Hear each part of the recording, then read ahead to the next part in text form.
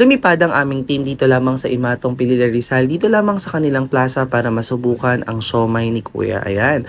Actually, may iba akong lakad dyan. Ang pupuntahan ko talaga is yung siomayan ni Nanay dun sa may waiting siya dahil kilalang kilala at sikat yun. Unfortunately, wala siya pero susubukan natin si Kuya at babalikan natin si Nanay sa ibang araw. Hindi katulad ng ibang business owner, si Kuya ay ginagawa lamang libangan ng pagtitinda ng siomai na ito.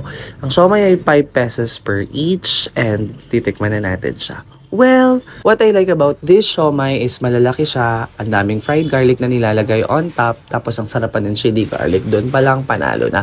The siomai itself is homemade and for me, it was really good and it was also a must try. So, subukan siya.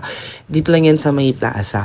Yung may-ari kasi, residente na daw sila sa Australia at kapag wala daw silang ginagawa dito sa Pilipinas at nagbabakasyon, nagdilibang-libang lang siya at nagdidinda ng siomai. Sana maabutan ko rin si Nanay na bukas babalikan ko siya. Comment down below kapag nakita nyo siya sa plaza. And by the way, ito nga palang palamig nila is also a must try. Like 10 out of 10 siya for me. It's so refreshing. Sakto yung tamis, pandan flavor, napakasarap.